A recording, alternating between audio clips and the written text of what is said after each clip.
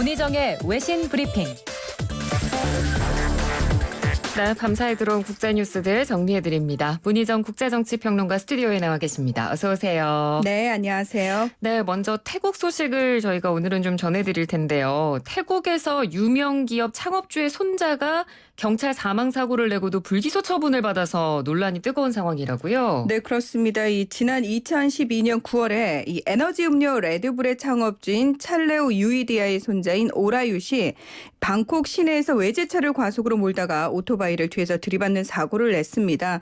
근데 이 당시 오토바이에는 경찰관이 타고 있었다고 합니다. 근데 이 차에 치인 뒤에 수십 미터를 끌려간 끝에 목숨을 잃었고 오라유스는 그대로 도주를 했는데요.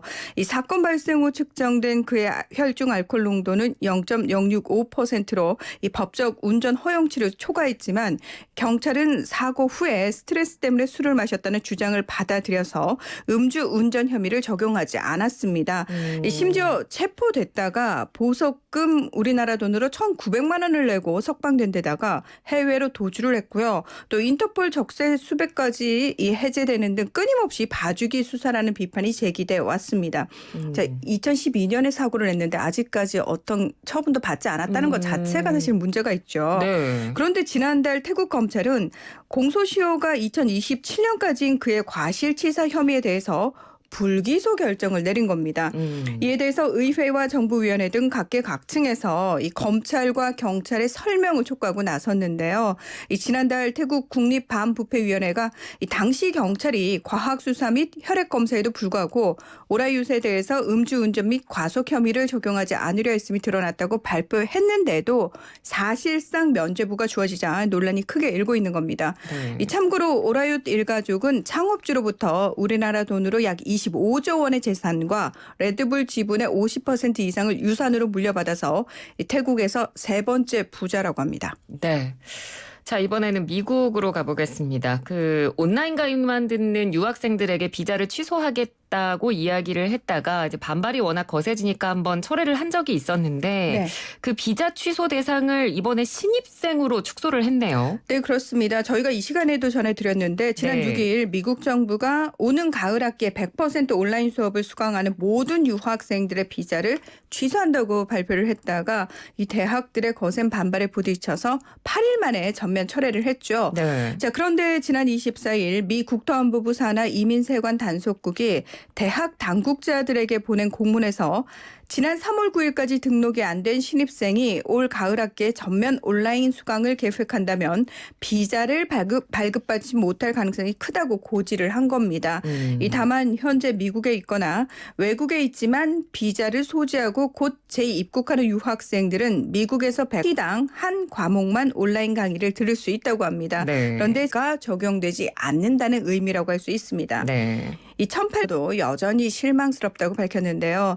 하루빨리 경제 정상화를 하기 하버드대의 경우 당초 외국인 신입생 전원을 캠퍼스 내 긴 상태입니다. 네. 자, 다음 소식으로 넘어가 보겠습니다. 식민 지배를 받았던 캐나다는 지금까지도 영국 연방 국가입니다. 총리 지명으로 임기 5년에 29대 총독에 오른 줄리 로렌조 비서실장이 평소 직원들을 향해 폭언을 이 캐나다 정부 부처인 추미로는 직원 괴롭힘은 어떠한 사무실에서도 용납될 수 없다면서 철저하고 독립적이며 공정하게 조사하겠다고 밝혔는데요. 이에 대해 파이트 총독은 성명을 내고 나는 괴롭힘과 직장 내 이슈를 매우 심각하게 여긴다고 반박했습니다. 참고로 캐나다 총독은 영국계와 프랑스계가 번갈아 재직하는 관례에 따라서 프랑스 어권인 몬트리올 출신의 파이트 총독이 발탁이 된 거였는데요. 파이트 총독은 캐나다 최고의 우주비행사 출신에다가 캐나다 올림픽위원회에서 활동을 했고 2016년까지 몬트리올 과학센터 최고 경영자직을 역임한 캐나다 내에서는 상당히 저명한 인물이라고 할 수 있습니다. 예, 알겠습니다. 이번에는 일본 소식입니다. 일본에서 정년을 80세를 채택한 회사가 등장해서 굉장히 일본 내에서 지금 화제가 되고 있다는 소식이네요. 네, 이 소리 딱 들으셨을 때 어떠셨어요? 80세 글쎄 우리나라는 보통 이제 60세 정도가 정년이니까 그렇죠. 네. 굉장히 파격적이라고 해야 될까요? 네, 근데 이 기사에 속으시면 안 될 것 같습니다. 아, 네. 조금 자세하게 살펴볼 필요가 있는데요. 네네. 자, 일단은 요코하마에 본사를 둔 가전제품 판매업체인 노지마가 현재 65세인 정년을 80세까지 연장하겠다 이렇게 발표를 한 겁니다. 네. 직종에 관계없이 본사 직원과 매장 판매원 등 3천여 명의 전 직원을 대상으로 65세부터 건강 상태와 근무 태도를 바탕으로 매년 계약을 연장해서 80세까지 일할 수 있는 제도를 마련을 한 건데요. 회사 측은 이 체력적인 면만 고려해서 새 고용 상한 연령을 정했다면서 이를 통해 고위 직원의 지식과 네트워크를 더 오랫동안 활용하는 데 도움이 될 것이라고 설명을 했습니다. 네. 자, 여기까지 들으면 굉장히 뭔가 직원들을 배려한 것 같은 느낌이 들잖아요. 네. 그런데 일본에서는요. 내년부터 이 내년 4월부터 기업이 정년을 70세로 연장을 하거나 다른 회사로의 재취업 또는 창업 지원을 위해 노력해야 한다는 내용의 고연령자 고용 안정법이 시행될 예정입니다.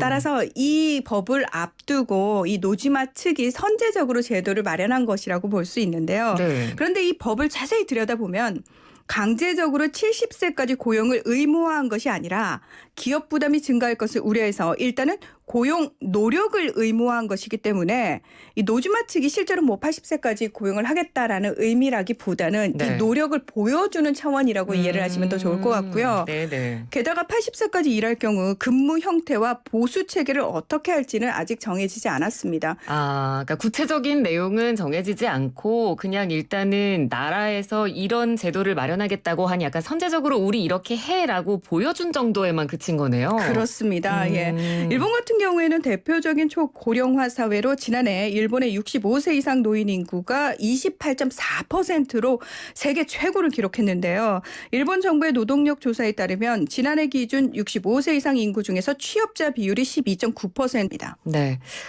자, 이제 끝으로 애리조나 주립대의 최준석 교수가 114일 만에 차량이 애리조나주에서 한참 떨어진 루이지애나주의 교회에서 이 최 교수를 살해한 뒤 시신을 쓰레기 동의자들은 1급 살인과 무장강도 차량 절벽 카운티 보안관실은 최 교수를 살해한 혐의로 체포된 2명을 하면서 실종 당시에는 이 대학 폴턴 공학대학원 연구 담당 부학과장 고맙습니다. 네, 지금까지 문희정 국제정치